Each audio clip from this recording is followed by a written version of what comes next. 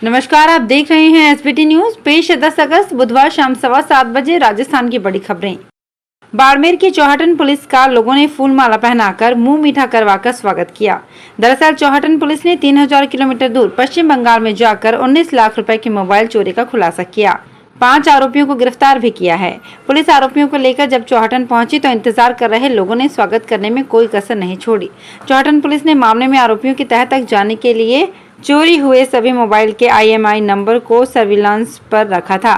चौहटन में पढ़ाई करने वाले युवाओं ने मौज के लिए मोबाइल चुराए और पश्चिम बंगाल जाकर बेच कर आए।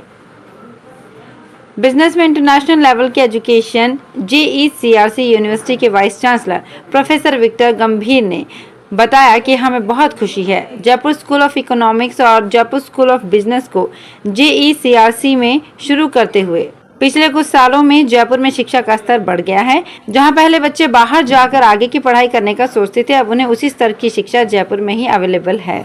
इन स्कूल की मदद से स्टूडेंट्स क्रिटिकल थिंकर और सोसाइटी के जिम्मेदार सदस्य बनने के लिए चेंज, डाइवर्सिटी और कॉम्प्लेक्सिटी से डील करने के लिए स्किल के साथ एम्पावर्ड बनेगा। भाजपा के राज्यसभा सांसद किरोड़ीलाल मीणा और गहलोत सरकार में कैबिनेट मंत्री रमेश मीणा के बीच अदावत जग जाहिर है। ईस्टर्न कैनल परियोजना को लेकर मंगलवार को बड़ा आंदोलन करने वाले किरोड़ीलाल मीणा के बहाने अब रमेश मीणा ने अपने सरकार को घेरा है। रमेश मीणा ने मीणा को असामाजिक तत्व बताते हुए कहा कि सरकार और प्रशासन को बार बार चैलेंज करने वाले किरोड़ी मीणा पर इतनी मेहरबानी क्यों है। रमेश मीणा ने कहा कि किरोड़ी मीणा पर 5 से ज्यादा मामलों में गंभीर मुकदमे दर्ज हैं, जिनकी रिपोर्ट भी हो चुकी है, फिर भी सरकार उन्हें गिरफ्तार नहीं कर रही। कोटा में 2 साल बाद राष्ट्रीय दशहरा मेले का आयोजन होने जा रहा है। मेला समिति बनाए जाने के बाद समिति की ओर से पहली बैठक बुधवार को आयोजित की गई, जिसमें मेला अधिकारी और सहायक मेला अधिकारी नियुक्त किए गए। बैठक में दोनों नगर निगम के महापौर, उप महापौर और अधिकारी शामिल रहे। मेला भरवाने को लेकर चर्चा की गई, जिसमें दहन के लिए रावण का पुतला इस बार 75 फीट का बनाने का प्रस्ताव लिया गया। पिछली बार तो 100 फीट से ज्यादा का रावण बनाया गया था, लेकिन ना तो वो ठीक तरह से बन पाया और जमकर आलोचना भी हुई। इसी को देखते हुए इस बार 75 फीट का प्रस्ताव लिया गया है।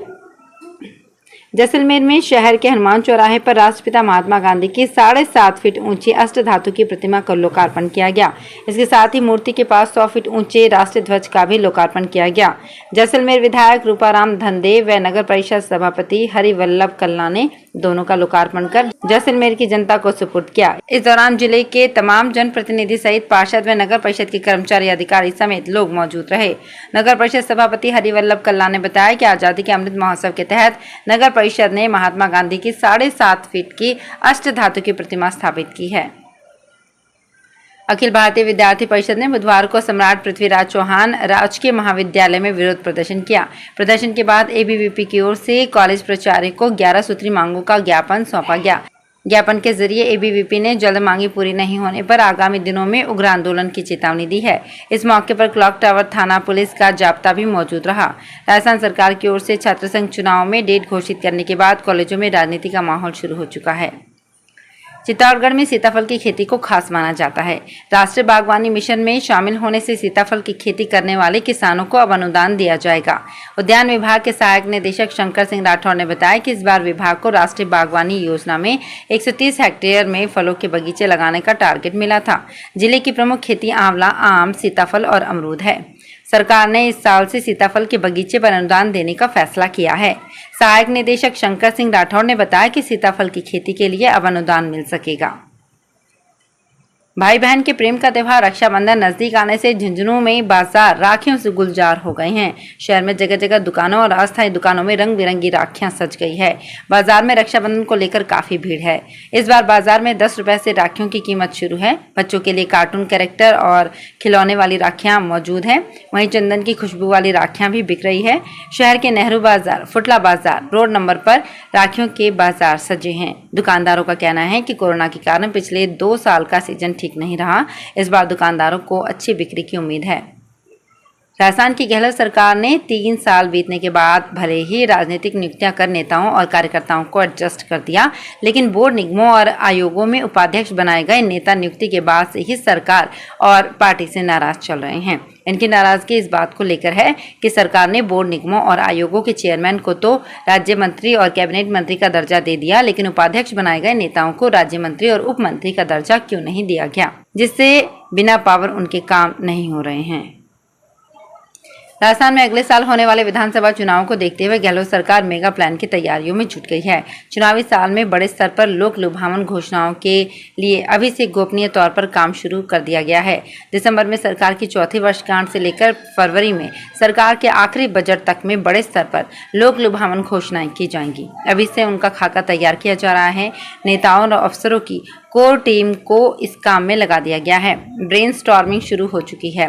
विधानसभा चुनाव में अभी तकरीबन 15 महीने बचे हैं। ऐसे में चुनावी साल में जाने से पहले गहलोत सरकार व्यक्तिगत लाभ की योजनाओं पर जोर दे रही है। जयपुर में सिरसी रोड से तोड़े गए 2 एटीएम बुधवार को अजमेर रोड केशवपुरा गांव में लावारिस हालत में मिले। ये दोनों एटीएम मशीन टूटी हुई स्थिति में सड़क के किनारे मिले। स्थानीय लोगों ने एटीएम मशीन मिलने पर पुलिस कंट्रोल रूम को सूचना दी। सूचना मिलने पर वेस्ट जिला पश्चिम के अधिकारी मौके पर पहुंचे। केशवपुरा गांव में घुसते ही कुछ मीटर की दूरी पर लावारिस हालत में टूटी हुई स्थिति में ये एटीएम मशीनें मिली हैं। कल देर रात सिरसी मोड़ पर अज्ञात बदमाश एटीएम मशीनों को उखाड़कर अपने साथ ले गए थे। हालांकि दोनों एटीएम से 50,000 से कम नकदी थी। इथेनॉल 5 साल में पेट्रोल का विकल्प बन जाएगा। केंद्र सरकार तेजी से बायोफ्यूल का इस्तेमाल करने के लिए तमाम कोशिशें कर रही है। देश में जैव ईंधन का चलन बढ़ने से पर्यावरण संरक्षण मिलने के साथ ही रोजगार के कई अवसर भी सामने आएंगे। हाल ही में केंद्रीय सड़क परिवहन और राजमार्ग मंत्री नितिन गडकरी ने कहा कि हम इथेनॉल ईंधन स्टेशन खोल रहे हैं और 5 साल में ये पेट्रोल का विकल्प बन जाएगा। तो फिलहाल इस बुलेटिन में इतना ही। फिर हाजिर होंगे कुछ और बड़ी खबरों के साथ। अगर आप भी अपने आसपास की छोटी बड़ी और महत्वपूर्ण खबरों से अपडेट रहना चाहते हैं तो सब्सक्राइब कीजिए हमारे चैनल SPT न्यूज को और प्रेस कीजिए बेल आइकन पर।